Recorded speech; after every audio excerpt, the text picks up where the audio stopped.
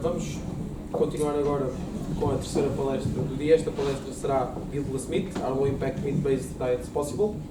Esta palestra será dada pelo professor Ricardo Teixeira.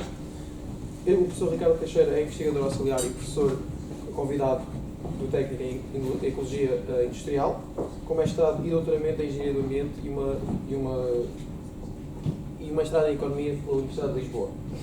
O professor atua em áreas como avaliação de impacto ecológico, modulação de uso de solo e produção pecuária sustentável e tem mais de 25 publicações científicas dentro. Obrigado. Já está um bocadinho desatualizado, mas tudo bem. É mais ou menos isso. Olá a todos. Eu sou então o Ricardo, sou investigador aqui no técnico e trabalho muito nesta área da produção alimentar e penso que foi por isso que me convidaram para estar aqui. Foi um prazer e muito obrigado já agora pelo convite. Estamos quase na hora do almoço, eu sei, e eu não venho aqui para vos dar uma aula, ok? Portanto, eu gostava ao máximo que isto fosse o mais interativo possível. Eu venho só, no fundo, resumir um tema que é muito vasto. Portanto, ajudem-me também a tornar isto mais interessante de parte a parte, ok? Eu basicamente vou-me focar nos produtos animais, porque a produção animal é aquilo que todos vocês que estão nesta área de ambiente já ouviram como um tema extraordinariamente polémico, extraordinariamente complicado e, portanto, vamos, enfim, digamos assim, pegar o boi pelos cornos, ok? Todos vocês já ouviram toda esta polémica, cantinas a retirar carne, grandes campanhas para deixarmos de ter consumo de carne, ou pelo menos resumi-lo, mas, no fundo, o que eu gostaria de começar por perceber é o que é que vocês acham disso. E eu tinha aqui, não vale a pena entrarmos por aqui, no fundo estamos aqui poucos, caso estivéssemos mais, digamos, para um formato mais online, mas eu gostava de vos fazer uma pergunta muito direta e muito simplista. Aqui, quem é que acha que a carne é má para o ambiente? Ponham o braço no ar. Braços no ar para quem achar. Não tenham medo, não tenham medo. 1, 2, 3, 4, 5, 6, 7, 8. Ok. Quem é que acha que a carne é boa para o ambiente? 0. Boa. Ok. Eu já vos digo. Depois lá mais para a frente já voltamos a falar sobre isso. Aquilo que eu vos vou propor é, vamos fazer um exercício de que argumentos é que existem comprovados cientificamente, diga uma expressão que eu não gosto muito, mas pronto, vocês percebem, para dizermos que das dietas humanas nós devíamos banir ou pelo menos reduzir drasticamente os produtos animais e que argumentos é que existem, se é que existem alguns, para dizer que devíamos mantê-los. Eu vou-me focar apenas em clima, ok? Atenção, e vocês, como alunos de ambiente, não cometam o erro que tantas vezes se comete, que é reduzir ambiente a clima. Não é apenas de clima que nós falamos quando falamos de ambiente. A questão é que um problema deste género é tão vasto que se nós fôssemos falar de água e de biodiversidade e de saúde humana e de segurança alimentar, então ficaríamos aqui não 45 minutos, mas o resto da tarde. Portanto, reduzir o âmbito apenas a emissões de gases de efeito de estufa e clima. E quero começar então por vos perguntar, sobretudo aos 8 que disseram que a carne é má, quando vocês pensam nisso, no fundo, porquê? Qual é a primeira razão que vos vem à cabeça? Por exemplo, os gases emitidos pela mortalidade. Excelente, muito obrigado. Já me tinhas aqui estragado a ordem toda da apresentação se tivesse dito outra coisa, portanto, muito obrigado por isso. Normalmente, a primeira coisa que se pensa é o metano que é emitido pelas vacas. Vocês sabem de onde é que vem esse metano? Porquê é que as vacas emitem metano? Acho que é das suas fezes, não? São as bactérias Que estão onde? no intestino, vocês estão no aparelho intestino. No rumen. Certo. Interessante que tenhas dito isso. Eu costumo colocar esta imagem aqui. Isto fica mais elegante se eu disser em inglês. As pessoas normalmente dizem que são cow farts, mas não são cow burps. Ok? Mas é exatamente isso. No fundo, são os micro-organismos que estão no rumen, que fazem um processo que é a metanogese. As vacas e os ruminantes em geral, chamamos-lhes ruminantes porque têm rumen, são capazes de digerir, por exemplo, matéria celulósica e outro tipo de alimentos que nós não somos capazes de digerir, como a erva, mas ao longo desse processo de digestão existem reações que fazem com que esse material vegetal passe a metano e tenha que ser eliminado do organismo dos animais. O problema do metano é que é um gás de efeito de estufa, e é um gás de efeito de estufa que tem, muitas vezes, os números variam, mas é entre os 20 e tal, 30, o potencial de aquecimento global que tem o CO2. Ele fica pouco tempo na atmosfera, fica cerca de 12 anos, mas apesar disso, o potencial de aquecimento é tão mais alto que é um gás com muita relevância. Okay? Este é o grande problema do metano. Atenção que isto é um problema dos ruminantes, são especificamente os ruminantes que fazem este processo, okay? Portanto, estamos a falar de vacas, cabras, ovelhas. Estamos também a falar, e já voltarei depois a esse tema, de animais como búfalos. Atenção que há ruminantes selvagens também, okay? E alguns deles com maiores emissões ainda. Outros animais que não são ruminantes, como por exemplo o porco ou as galinhas, ou as aves em geral, emitem muito menos metano. Portanto, isto é um problema específico dos ruminantes. Quando nós falamos de carne ou produtos animais, temos logo de fazer esta grande separação entre estes dois grupos. Agora, isto é um problema, sem qualquer dúvida que é um problema. Nós temos uma população crescente, os cenários têm vindo a ser revistos em baixa para quantas pessoas é que existirão no mundo no futuro, mas ainda assim os números variam dependendo de a quem perguntem, mas podemos dizer que a agricultura é responsável por cerca de 15% das emissões de gases de efeito de estufa globais e que destes 15%, só as vacas, especificamente, são cerca de 9% de todas as emissões. Portanto, estamos a falar de algo que está ao nível, por exemplo, das florestas, ou ao nível, enfim, um bocadinho menos do que os transportes, mas ainda assim muito significativo. Portanto, sem dúvida que isto é um problema. De tal forma é um problema que também é um problema de engenharia reduzi-lo. E vocês podem ter ouvido, porque esteve nas notícias no último mês, que nasceu a primeira vaca que foi geneticamente manipulada para inibir este processo, para reduzir estas emissões de metano que são provenientes do rumen. E já há muito tempo que se trabalha, por exemplo, em aditivos que podemos juntar à alimentação dos animais que inibem a metanogênese e que, portanto, conseguem reduzir também estas emissões. Há uma alga vermelha, que é muito dada já aos animais, mesmo comercialmente, para reduzir as emissões de metano. Só que isto não é fácil. Quando nós falamos de fazer manipulação genética de animais, quando falamos de dar aditivos, há preocupações com a saúde dos animais e com a saúde humana que têm que ser tidas em conta. Esta alga, por exemplo, o composto que inibe a metanogênese é o bromofórmio, que é um composto cancerígeno. Portanto, não é um problema fácil de se resolver e, por isso, eu acho que, sem dúvida, este é um grande contra as emissões de metano, podemos garantidamente dizer que sim. Lembram-se de mais algum contra? Há mais alguma coisa que faça com que a carne tenha todos estes problemas para o clima? Consumo de água. Mas vamos pensar em clima, ok? Lá está. A questão do consumo de água seria muito interessante também de debatermos. Também tem muito que se lhe diga, mas vamos pensar em clima. Mais alguma coisa? O espaço que eles ocupam, a desflorestação que é usada para eles terem espaço. Por exemplo, sim, desflorestação. A desflorestação, no fundo, tem duas partes. Tem uma parte que é libertar espaço para os animais estarem lá fisicamente, para pastagem, e há uma parte que é a desflorestação para produzir alimentos para os próprios animais. Mas para nós falarmos nisso, nós já não estamos a falar do animal em si. Mas sem dúvida, esse normalmente é o segundo argumento, é que temos emissões em outros locais da cadeia de produção. Ok? Para isso nós temos que falar da avaliação de ciclo de vida. Eu não sei se aqui em geral todos sabem o que é, se já falaram nisso em algum momento do curso, mas só para resumir, a avaliação de ciclo de vida não é mais do que um método que aquilo que se propõe fazer é muito complicado, que é levar em consideração todas as emissões que acontecem por responsabilidade da produção de um dado produto.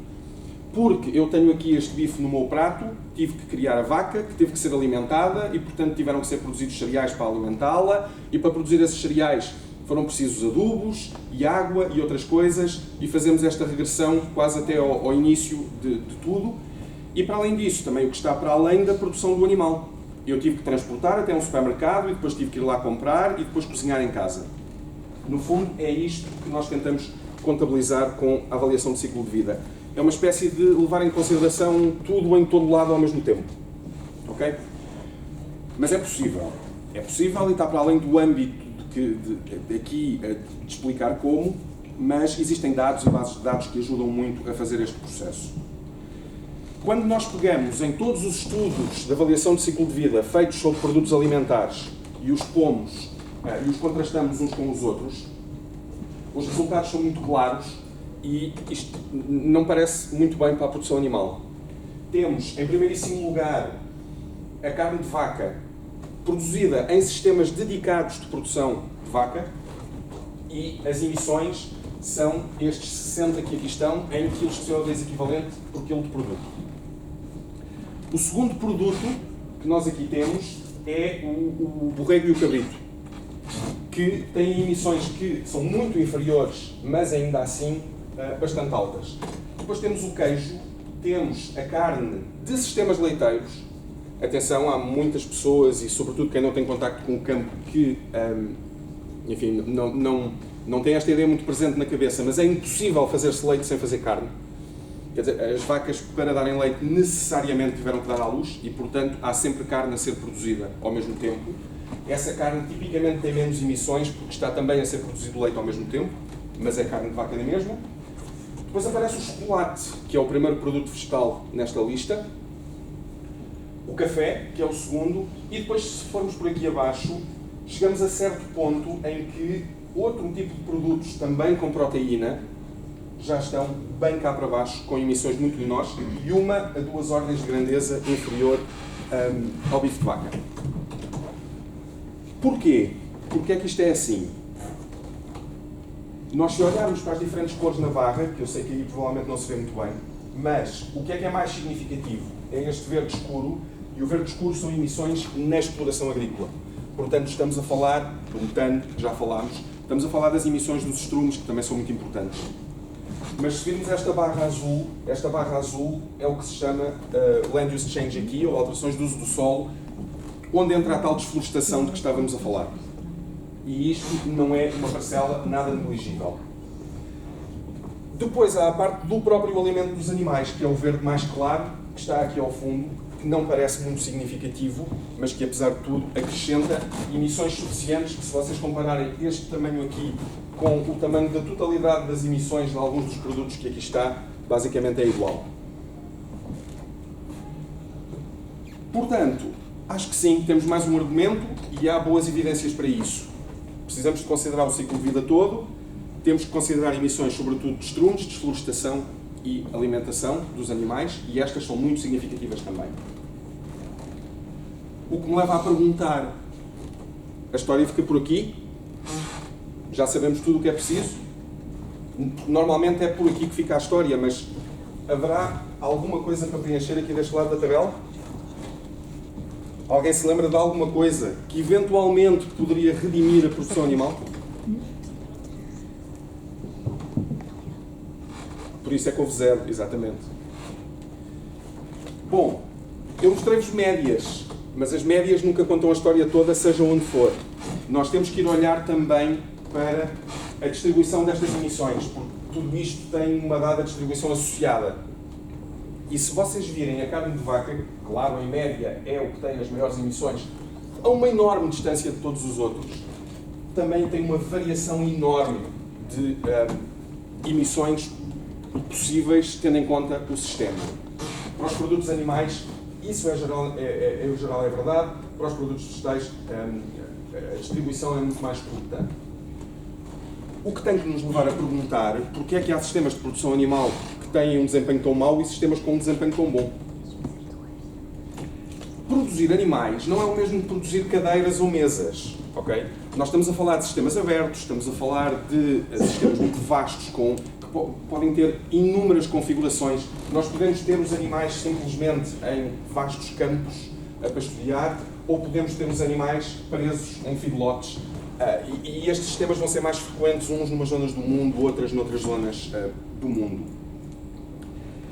Pensando especificamente neste tipo de sistemas de pastagem, há alguns anos houve um conceito que se tornou muito popular e foi popularizado porque há palestras no YouTube, há TED Talks que vocês podem ver, que é esta questão do maneio holístico, em que se diz que a introdução dos animais num ecossistema consegue fazê-lo passar disto para isto, desde que a gestão dos animais seja correta. Porque os animais, no fundo, põem o ecossistema a funcionar. Com a introdução de animais, os animais são, no fundo, máquinas biológicas que aceleram os ciclos. Ou seja, um animal é capaz de retirar biomassa que nós não conseguiríamos nunca consumir e, através do seu corpo, criar tecido que nós depois podemos consumir. Mas enquanto está a criar esse tecido, há estrumes, há dejetos, há urina, que estão a ser depositados neste terreno e que, no fundo, são nutrientes em bruto para que plantas possam crescer. As plantas vão crescendo por cima e por baixo do solo, vão tornando o solo mais rico, outras plantas vão aparecendo e, de repente, houve aqui uma ignição, digamos assim, deste ecossistema que o fez passar a ser um ecossistema vivo. E se tiverem curiosidade, podem ver, quer dizer, há uma espécie de um guru desta abordagem, que é o Alan Savory, e vocês podem ver, há muitas TED Talks e vídeos no YouTube sobre isto. Portanto, alguém ainda é a favor da produção animal. Quem também é a favor da produção animal são os 1229 cientistas na área do ambiente e da agronomia que assinaram esta declaração de Dublin, que também foi muito falada aqui há uns anos atrás e que, no fundo, faz uma defesa de porque é que faz sentido continuarmos a comer carne. E a defesa, lá está, é feita em muitos campos, no campo da saúde humana, no campo socioeconómico, mas vamos nos focar na parte ambiental e naquilo que diz respeito a clima. Porque aí há 3 argumentos importantes que eles dão. O primeiro é que os animais conseguem reciclar biomassa nos ecossistemas. Eles reciclam essa biomassa porque a indústria alimentar e tantas outras têm muitos coprodutos que não teriam um uso óbvio se não estivessem a ser alimentados dados aos animais para os alimentar. Para além disso, usam terras marginais. Se nós tivermos animais em pastoreio, a maior parte dos sítios onde os animais estão não pode ser feita lá a agricultura de forma que seja rentável. Portanto, estamos a valorizar terras marginais. E, por fim, dizem que os sistemas produtivos conseguem, na verdade, retirar carbono da atmosfera e armazená-lo no solo. Já lá vamos. Em primeiro lugar, quanto a estes 2 primeiros pontos, isto será verdade ou não? A verdade é que, sim, a indústria agroalimentar produz uma série de subprodutos que estão disponíveis um pouco pelo mundo todo, e que é o que estes gráficos aqui mostram. Estamos a falar de drechos de cerveja, estamos a falar de palhas de trigo, estamos a falar de uma série de produtos que podem ser dados aos animais, que são produtos, não vou dizer, não são livres de emissões, mas no fundo poderiam ser resíduos e que estão a ser valorizados ao ser dados aos animais para crescer.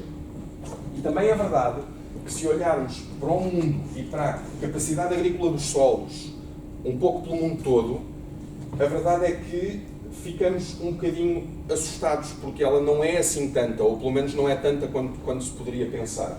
Os verdes mais escuros são os solos ótimos para a prática da agricultura, os outros, enfim, mais ou menos, mas ainda assim, a generalidade dos solos que nós temos, é muito difícil fazer agricultura rentável lá. Portanto, parece que sim, que os animais conseguem converter esta biomassa, diria, livre de emissões, só neste sentido de, em muitos casos, será um resíduo ou é erva, é algo que, que está numa terra em que nós não poderíamos fazer mais nada e que não podem ser comidos diretamente por humanos, mas transformam-se em comida para humanos através do corpo dos animais. O sequestro de carbono, esse é um tema muito mais falado que seguramente vocês já ouviram falar. Sequestro de carbono, muito rapidamente, o que é que significa? Quando uma planta cresce, ela cresce com luz solar e com água e nutrientes que vai buscar ao solo. Mas ela cresce para cima e para baixo do solo, também nas raízes. Para além disso, há folhas que morrem, há ramos que são cortados, que depois vão também parar ao solo e que de uma forma ou outra vão acabar por integrar a estrutura desse solo. Tanto as raízes como essas folhas têm carbono na sua constituição. E isto é carbono que foi retirado da atmosfera através da fotossíntese e transformou-se em matéria vegetal, que ao ser incorporada no solo, vai lá ficar, pelo menos durante algum tempo. Pode ficar mais ou menos, dependendo do tipo de composto onde está esse carbono. Isto porque os micro-organismos no solo, o que vão fazer a estes compostos orgânicos é quebrá-los, disponibilizar os nutrientes, nomeadamente azoto e fósforo, novamente para as plantas irem buscar e crescer, e neste processo o carbono é reemitido como CO2. Okay?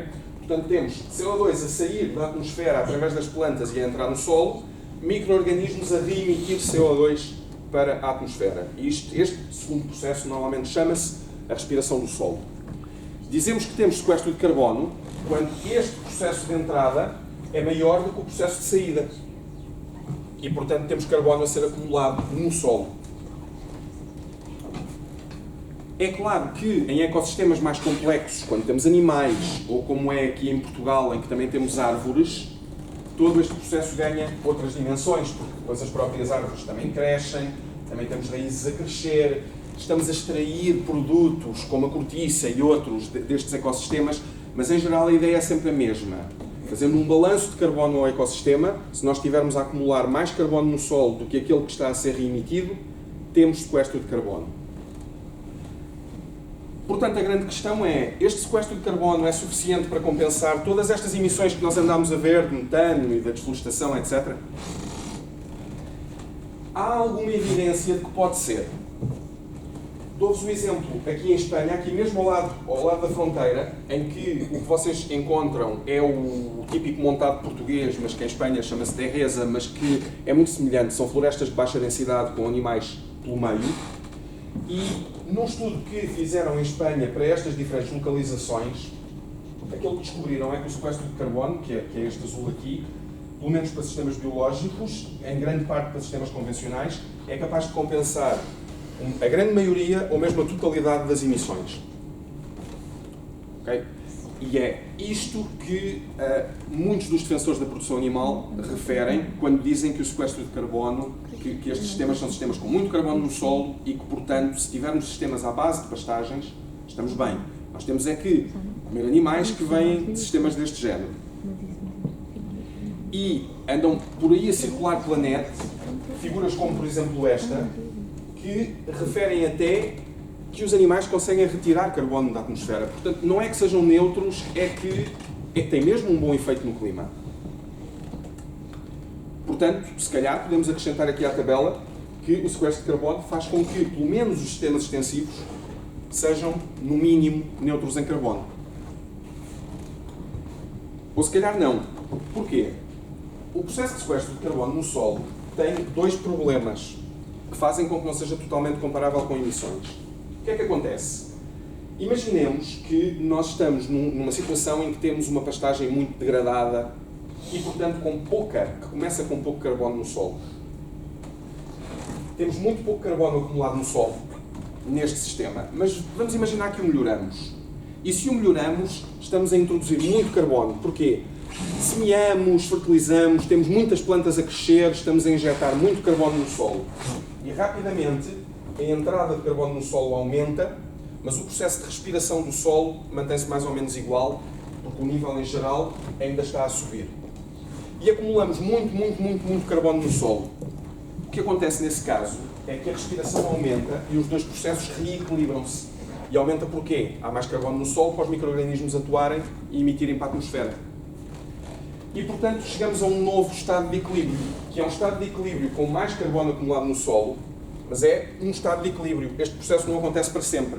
Enquanto as emissões, por termos lá os animais, vão todos os anos estar a repetir-se, quando estamos a sequestrar carbono, a dada altura, os solos se saturam.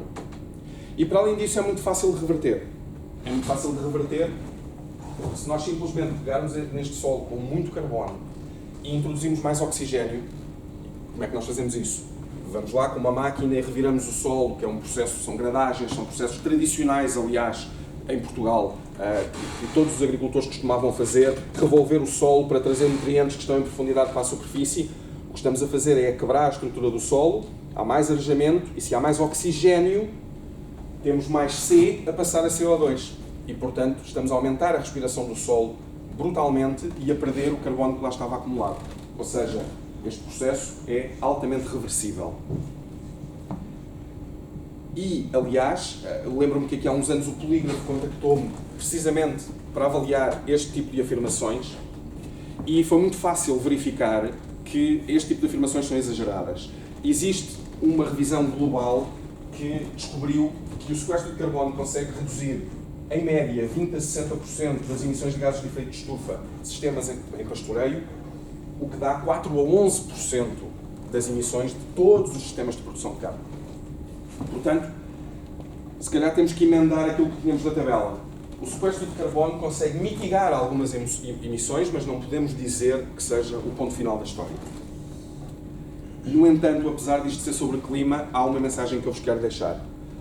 Nos países do Norte, se calhar nem por isso, porque eles já têm solos muito ricos, mas para países como Portugal, em que a percentagem do solo suscetível à desertificação é tão grande, nós aumentarmos carbono no solo é um bem em si mesmo, independentemente do clima. Solos com mais carbono são solos que estão ligados de forma mais forte, conseguem manter mais água, conseguem ter mais umidade, resistem mais à erosão, promovem a biodiversidade do solo. E todos estes efeitos são muito, mesmo que não sejam assim tão dramáticos para mitigar as alterações climáticas, são pelo menos muito importantes para nós nos adaptarmos às alterações climáticas. Quando tivermos que lidar ou com diminuição da água do solo ou com um regime mais errático de precipitação, podermos ter esta vantagem é muito bom. E por isso temos que dizer que estes aumentos de carbono no solo podem pelo menos ajudar com a adaptação às alterações climáticas.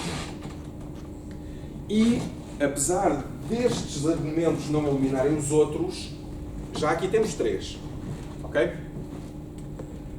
Mas aquilo que qualquer pessoa que defende que a carne já não deve ser usada responderia a isto era: sim senhor, isso é tudo muito giro, mas vamos lá ver. Nós não podemos ignorar que se simplesmente retirássemos toda a carne das dietas, das nossas dietas, nós tínhamos reduções de emissões e podíamos ter ainda outras vantagens associadas. E já houve muita gente que propôs dietas alternativas àquela que nós temos hoje. E quando eu digo dietas, eu não estou a falar a um nível micro, eu estou a falar a um nível macro. Se nós pensarmos em média de tudo aquilo que todos nós comemos, que parte é que é de cada produto. E há dietas como esta Planetary Health, que no fundo aquilo que fazem é sempre reduzir a quantidade de produtos de carne, e aqui podem ver o quanto, é mesmo uma redução dramática. Seria daqui para aqui, seria uma redução de 5 vezes, por exemplo, da carne de vaca. E tentam dar a ideia do que seria uma dieta equilibrada, que cumpre as necessidades alimentares e reduz muito as emissões. Nós, aqui no Martec, onde eu trabalho, também fizemos um estudo há 3 ou 4 anos, em que pensámos o que é que seria a sustentabilidade da produção alimentar no mundo todo em 2050. E nós avaliámos várias hipóteses de produção e várias dietas.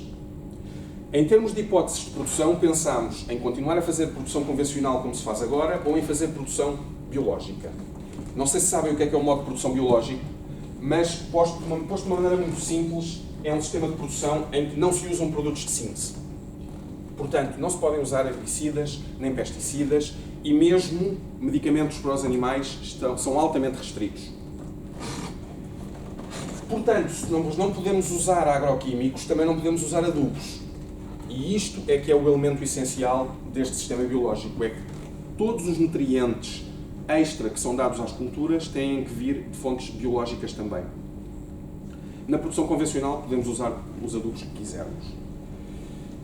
Neste estudo houve uma primeira coisa que nós fizemos, que foi perceber, ou que descobrimos, que foi perceber que esta agricultura biológica tinha vantagens em termos de gases de efeito de estufa, sem qualquer dúvida, só que o problema é que não é fazível, porque não temos azoto suficiente, precisamente porque precisamos só de fontes biológicas de azoto. E isto já é uma limitação muito grande. Se nós só temos que ter fontes biológicas de azoto, nós temos que produzir culturas só para dar nutrientes ao solo, e, portanto, não estamos a usar para mais nada, não estamos a usar para a produção de comida. E, portanto, temos um déficit, no fundo, de azoto. Para o convencional, o que nós mostramos para o mundo todo foi que, em primeiro lugar, quanto mais carne nós temos nas dietas, efetivamente, quanto mais carne temos nas dietas, mais emissões de gases de efeito de estufa nós temos. Estamos nesta zona do gráfico. Para dietas, BAU significa business as usual, isto é com a mesma carne que nós consumimos hoje, e balanced meat tem a ver com reduzirmos um pouco o nível de carne nas dietas. As menores emissões de gases de efeito de estufa são para as dietas vegan. Por outro lado, com mais carne na dieta, nós também estamos a ocupar mais área. O tamanho das bolas neste gráfico é proporcional à área do mundo que se ocupa para fazer agricultura.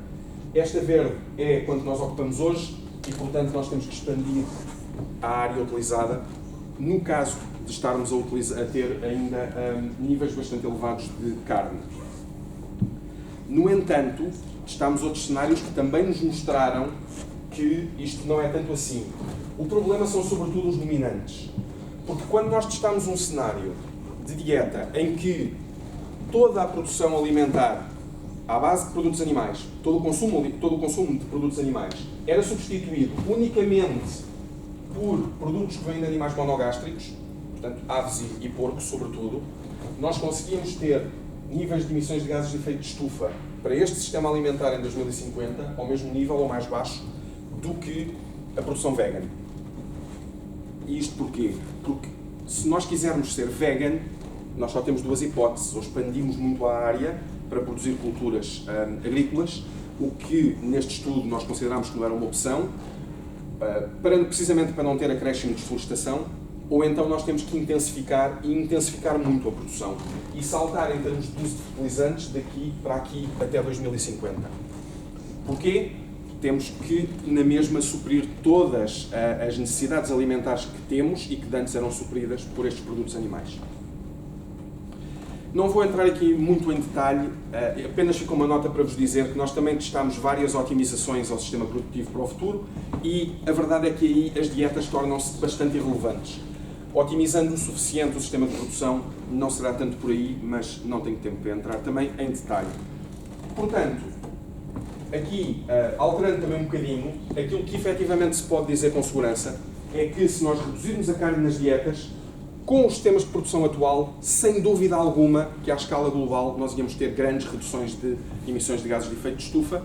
E lembram-se do que eu disse da área, é que há também um argumento contra a produção ou contra a utilização de carne nas dietas, que é que se nós poupamos área, como eu vos mostrei que estamos a poupar se retirarmos esta produção animal, então nós estamos a libertar área para a natureza e nesta área os ecossistemas vão recuperar. E se vão recuperar, eles próprios podem sequestrar carbono no solo. A ideia é simples. Se eu estou a utilizar o solo para fazer agricultura, os meus solos têm um dado nível de carbono. Se eu continuo a usar, eu vou manter esse nível que estamos a presumir que é baixo. Se eu permitir que haja regeneração natural, ou seja, se eu deixar de ocupar esses solos, então os ecossistemas naturais vão ter mais produtividade natural do que aquilo que nós estamos a retirar da produção agrícola, vamos ter mais carbono no solo, eles vão recuperando até um nível de carbono no solo que é aquilo que nós poderemos considerar que é o da vegetação espontânea natural. A diferença entre estes dois níveis é aquilo a que nós chamamos o Carbon Opportunity Cost, ou seja, há um custo de oportunidade pelo facto de nós usarmos a terra. Esse custo de oportunidade é o carbono que nós poderíamos retirar da atmosfera se deixássemos que o ecossistema simplesmente recuperasse. E isto é muito significativo, só deixar-vos essa nota. Está aqui mais ou menos um mapa destes custo de oportunidade pelo mundo todo e nesta figura vocês veem a castanho, por exemplo, se deixássemos de ter carne de vaca, quanto é que pouparíamos de emissões em termos de produção e quanto é que ganharíamos em termos de carbono que seria acumulado no solo por libertarmos área. E o valor é muito superior. E em quaisquer cenários que possamos ver, o valor é sempre considerado muito superior. Ok? Mas este ainda não é o fim da história. Porque um argumento adicional, e isto é, investigação muito recente, que tem sido acrescentada a um argumento deste género do Carbon Opportunity Cost, é que quando nós restauramos ecossistemas, esses ecossistemas não estão ali a produzir plantas e a acumular carbono no solo e não lhes acontece nada. Uma coisa que acontece muito quando a terra é abandonada, em países como Portugal, é que vêm os incêndios. E, portanto, temos muito carbono a ser reemitido para a atmosfera. Mesmo em outros países que não Portugal e que não têm o problema dos incêndios que nós temos, há um fenómeno que é a reintrodução dos grandes herbívoros selvagens. E este é o exemplo de um estudo que foi feito para a zona do Serengeti, onde existe uma parte que é a parque natural e que, portanto, apenas tem estes herbívoros selvagens, e existe uma zona mesmo ao lado, com as mesmas características, mas que tem explorações agrícolas, em que é fechado e, portanto, estes grandes herbívoros não conseguem entrar nesta zona. E o que estes investigadores fizeram foi determinar a biomassa de herbívoros que existe nos dois casos e as emissões de gases de efeito de estufa, nomeadamente metano, que são produzidas por ambos. E o que eles descobriram é que a biomassa de herbívoros é mais ou menos a mesma em ambas as situações, é até um bocadinho menor quando temos explorações agrícolas, e as emissões de gases de efeito de estufa são basicamente iguais. O que é que isto quer dizer? Se nós acabarmos com a área agrícola onde temos os ruminantes e se essa área ficar livre para a natureza, nós necessariamente vamos ter outro tipo de megafauna a entrar nessas áreas. E esses animais, muitos deles são ruminantes, muitos deles têm também emissões de gases de efeito de estufa que têm que ser tidos em conta. E, portanto, ficamos, no fundo, com 4 argumentos ou 4 opiniões para cada lado. E depois disto, o que eu vos ia fazer era perguntar exatamente a mesma coisa que perguntei no início. Depois disto, metam a mão no ar, quem é que acha que a carne é má para o ambiente? Não tenham vergonha. E quem é que acha que é boa? Quem é que acha que é boa? Uma. Boa. Mais ninguém, portanto, os outros agora acham que isto é tudo um caos e, portanto, não se pode dizer nada. Boa, era essa a ideia, era confundir-vos. Não, estou a brincar. Se bem que parte disso é verdade, ok? Parte daquilo que eu vos queria trazer aqui, porque todos estes tópicos são tópicos que têm muita investigação para trás e que, portanto, enfim, isto é um mundo, como vocês podem ver, e que eu aqui resumi em termos muito simples. Mas a verdade é que este tema é extraordinariamente complexo. É um tema que gera muitas paixões, também porque tem a ver com escolhas pessoais e individuais que as pessoas fazem, muitas por clima, mas muitas também por outras razões. É um tema até politicamente complexo, porque tem a ver com estratégias nacionais para a agricultura. E é um tema onde vocês vão encontrar muitas opiniões simplistas. Vocês vão muito encontrar a questão do carne é terrível e, portanto, um modo de vida saudável não pode ter carne, e vão encontrar as opiniões de a carne é uma coisa tradicional, sempre se fez, isto é ótimo e os nossos ecossistemas desapareciam se nós não fizéssemos carne.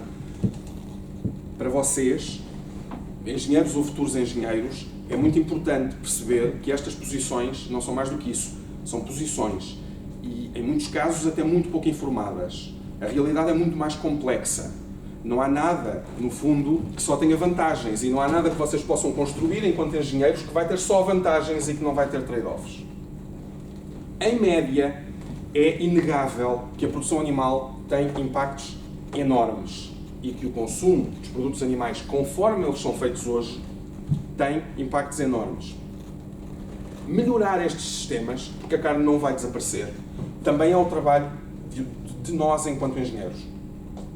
Muitos destes sistemas têm que ser melhorados por si só. Como vocês viram, há uma gama brutal de possível desempenho ambiental destes sistemas.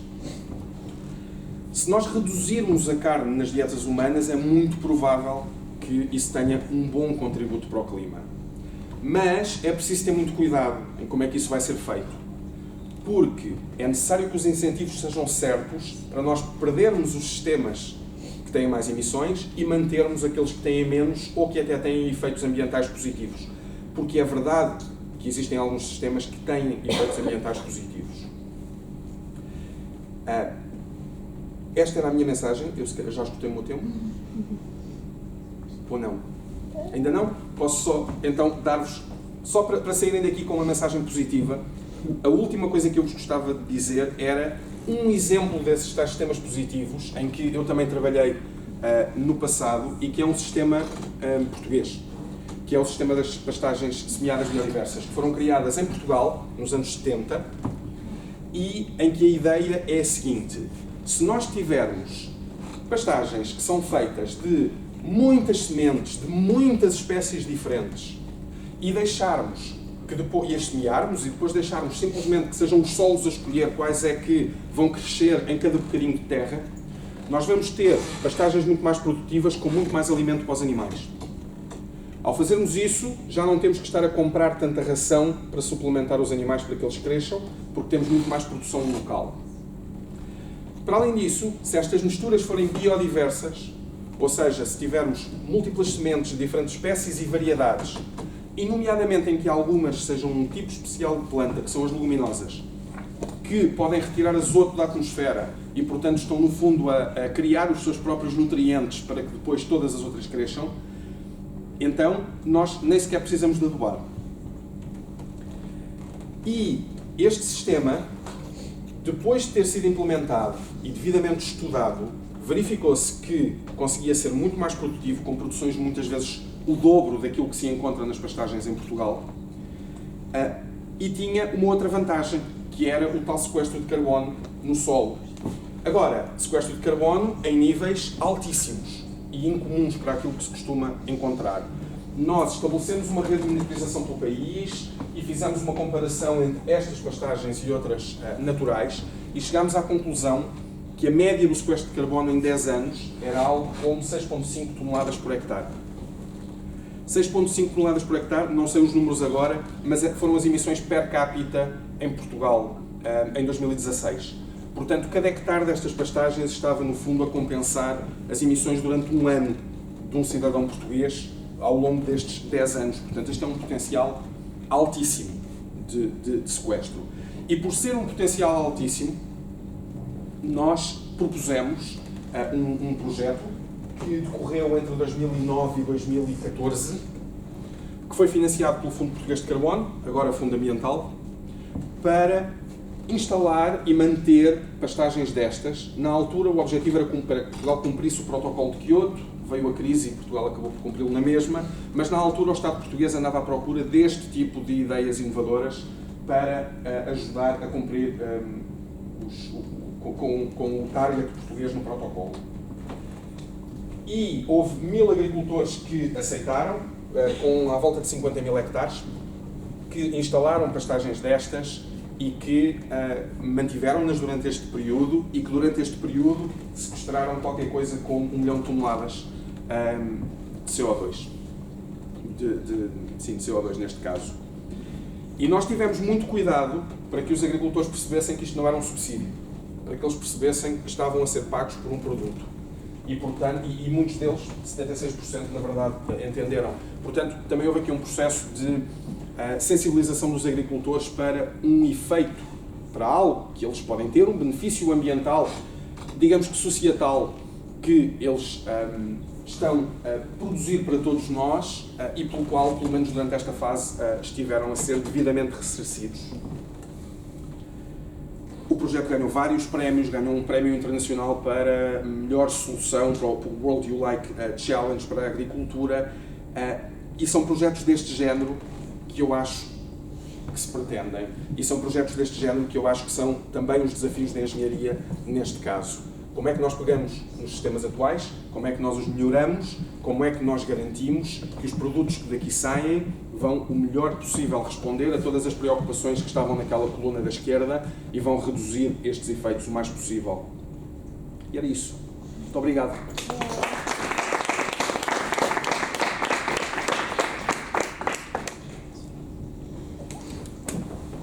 Questões? Sobre o último projeto que o professor falou, se ele falou também, porque não foi implementado para os produtos? Excelente questão.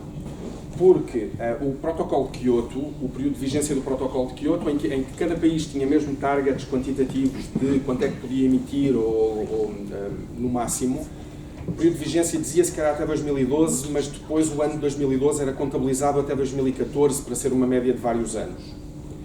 Quando passou 2014 e se fizeram essas contas, não voltou a haver nenhum tipo de target quantitativo. É um problema que ainda hoje existe. Mesmo com o Acordo de Paris, haver targets vinculativos e quantitativos que um país tem mesmo que cumprir foi uma coisa que após Kyoto não existiu. E como não era necessário cumprir-se um target, no fundo, acabou a motivação para continuar a financiar este sequestro de carbono no solo. Atenção que os agricultores não é como se tivesse cessado completamente todos os apoios para coisas deste género. Os agricultores deixaram de ser pagos à tonelada, mas através dos apoios à agricultura, isso que vem da política agrícola comum, os agricultores têm acesso a várias medidas para implementar sistemas deste género, ou que podem usar para implementar sistemas deste género. Agora, não é aqui como eu mostrava, não é uma coisa em que eles recebem, têm um recibo que diz eu sequestrei não sei quantas toneladas e, portanto, estou a receber X. É um apoio à agricultura, é um apoio ao hectare. Agora fico curiosa, como é que se mede quanto é que Excelente questão também. A questão da medição do sequestro de carbono é mais um dos problemas do sequestro de carbono, porque é muito complicado sabermos quanto carbono é que está acumulado num solo. Neste projeto em concreto, aquilo que foi a metodologia que foi aprovada foi, nós fomos a estas explorações e nestas explorações nós recolhemos amostras de solo que depois são secas, enviadas para um laboratório e depois, neste momento acho que foi por oxidação, basicamente queimamos o solo e queimamos o solo a uma temperatura em que oxidamos todo o carbono, passa a CO2, e depois medimos a diferença de peso e vemos quanto é que estava lá. É uma abordagem, existem abordagens químicas, existem outras, para tentar medir quanto carbono é que está dentro daquele solo.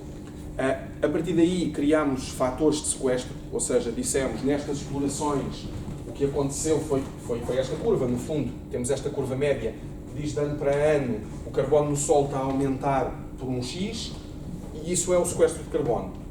Há outras maneiras. Hoje em dia já existem algoritmos de detecção remota para tentar estimar ao longo de vastas áreas quanto carbono é que está no solo e, portanto, depois as variações no tempo. Há outro tipo de sensores, sondas que se colocam no solo para tentar estimar, mas em geral aquilo que é feito continua a ser métodos laboratoriais.